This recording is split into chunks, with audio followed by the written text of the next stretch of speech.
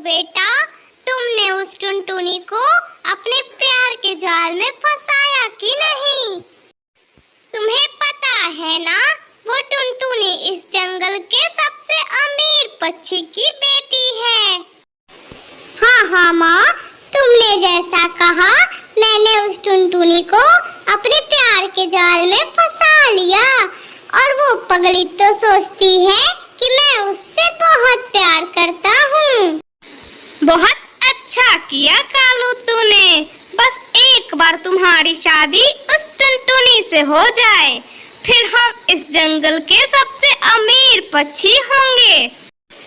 अच्छा माँ, मैं अब चलता हूँ। वो टुनटुनी मेरा इंतजार कर रही होगी। ऐसा कहते हुए कालू टुनटुनी से मिलने चला जाता है। टुनटुनी भी कालू का इंतजार कर रही थी। कालू टुनटुनी के पास जाकर टुनटुनी से कहता है, मैं तुमसे बहुत प्यार करता हूँ टुनटुनी, और अब मैं तुम्हारे बिना नहीं रह सकता हूँ। आखिर कब तक मैं तुमसे ऐसे छुप छुप कर आकर मिलता रहूँगा? सच कालू, तुम मेरे बिना नहीं रह सकते हो। मैं भी तुम्हारे बिना नहीं रह सकती हूँ। मैं भी तुमसे बहुत प्यार करती हूँ। तो ठीक है टुनटुनी, हम आज ही अपने घर वालों को अपने प्यार के बारे में बता देते हैं। मगर कालू, अगर वो नहीं माने तो हम क्या करेंगे? तो हम दोनों अपने घर से भागकर शादी कर लेंगे। तुम भागकर करोगी ना मुझसे शादी? हाँ हाँ कालू, मैं करूंगी तुमसे शादी। ठीक है, मैं अपने मम्मी पापा को अपने प्यार के बारे में बता देती हूँ।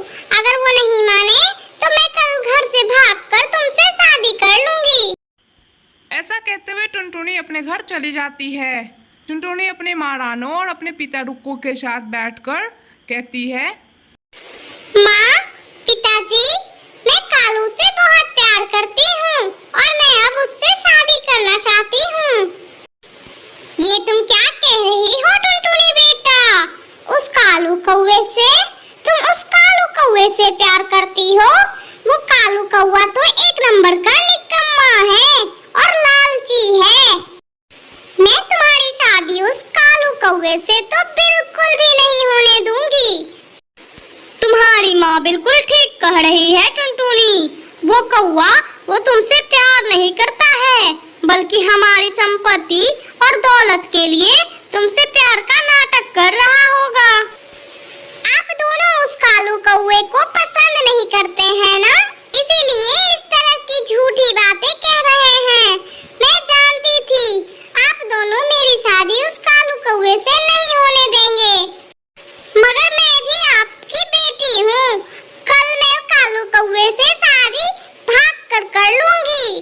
अगर मेरी शादी कालू कौवे से नहीं हुई तो मैं मर जाऊंगी। ऐसा कहकर टुनटुनी जंगल की ओर चली जाती है। वो एक पेड़ पे बैठ जाती है। थोड़ी देर बाद वहाँ बबली चिड़िया आती है। वो टुनटुनी से कहती है, अच्छा हुआ टुनटुनी, तुम मुझे यहीं मिल गई। मैं तो तुमसे मिलने तुम्हारे घर जा रही थी। मुझे तुम्हें बताना था, तुम जिस कालू कौवे के प्यार में पागल हुई हो ना, वो कालू कौवा बिल्कुल अच्छा पक्षी नहीं है। वो तो जंगल के सारे पक्षियों के साथ मुंह काला करता फिरता है। मैंने कल उसे जंगल के किसी दूसरे पक्षी के साथ देखी थी। मुझे लगा मैं तुम्हें बता दूं। बबली आगे कुछ बोलती उससे पहले कालू वहाँ आ जाता है। वो कहता है, अरे बबली, तुम यहाँ क्या कर रही हो? कालू, बबली बता रही थी कि तुम किसी और पक्षी के साथ थे कल बैठे हुए। अच्छा, तो तुम यहाँ झूठ बोलने आई हो और मेरे खिलाफ साजिश रच रही हो। असल बात तो ये है टुनटुनी कि ये जलती है तुमसे। ये तो खुद मुझसे प्यार करती है। इसने कल ही मुझसे कहा कि कालू मैं तुमसे प्यार करती हूँ, और जब मैंने मना कर दिया तो ये झूठी झूठी बातें तुम्हें बता रही है मेरे बारे में। ये मुझे और तुम्हें अलग कर देना चाहती है। तुम ठीक कह रहे हो कालू, ये बबली तो बचपन से ही मुझसे जलते आई है। उन दोनों की बातें सुनकर बबली को बहुत बुरा लगता है, मगर बबली कर भी क्या सकती थी। चुपचाप वहाँ से चली जाती है। बबली चिड़िया जब घर जा रही होती है तो रास्ते में उसे रानो और रुक्कू बैठे दिखाई देते हैं। वो वहां जाकर बैठ जाती है और रानो और रुक्कू से कहती है, आंटी, आपको पता है टुनटुनी कालू कौवे से प्यार करती है।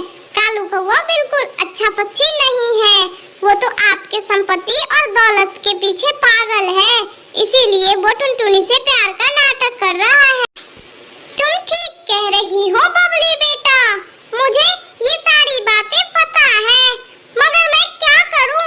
टुनटुनी को तो मैं समझा कर थक गई हूँ, वो तो मेरी बात सुनने के लिए तैयार भी नहीं है। आंटी, अंकल, मेरे पास एक उपाय है। अगर आप लोग मेरा साथ दें तो मैं उस कालू कौवे की हकीकत टुनटुनी के सामने ला सकती हूँ। हाँ हाँ बबली बेटा, हम दोनों तुम्हारे साथ हैं, मगर तुम ऐसा क्या करोगी कि कालू की हकीकत टुनटुनी के सामने आ जाए? वो सब आप मुझ पे छोड़ दीजिए अंकल।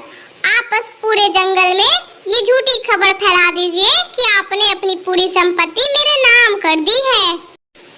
ठीक है बबली बेटा, मैं पूरे जंगल में ये खबर फैला देता हूँ कि मैंने पूरी संपत्ति तुम्हारे नाम कर दी है। बबली के कहने पर रुक्कू कबूतर पूरे जंगल में ये बात फैला देता है कि उसने सारी संपत्ति बबली के नाम कर दी है। जब ये खबर कालू को पता लगती है तो वो अपनी माँ से कहता है, अरे माँ, ये टुनटुनी के पिता रुक्कू तो बिल्कुल बेवकूफ निकला। उसने अपनी बेटी के कारण अपनी सारी संपत्ति बबली चिड़िया को दे दी। अब ये टुनटुनी तो हमारे किसी काम का नहीं। लगता है अब हमें जंगल के किसी दूसरे अमीर पक्षी को देखना पड़ेगा। तुम ठीक कह रहे हो बेटा। वो दोनों आपस में बातें कर ही रहे होते हैं, तभी उन्हें दरवाजे की आवाज सुनाई देती है। कालू जब अपने घर के बाहर जाकर देखता है तो वहाँ टुनटुनी होती है। टुनटुनी कालू से कहती है, देखो कालू, मैं आ गई अपना घर छोड़कर तुमसे शादी करने के लिए।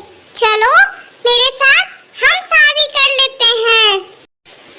चल भाग यहाँ से, मुझे नहीं करनी तुमसे शादी, बेवकूफ चिड़िया कहीं की। तुम्हें क्या लगता है मैं तुमसे प्यार करता हूँ?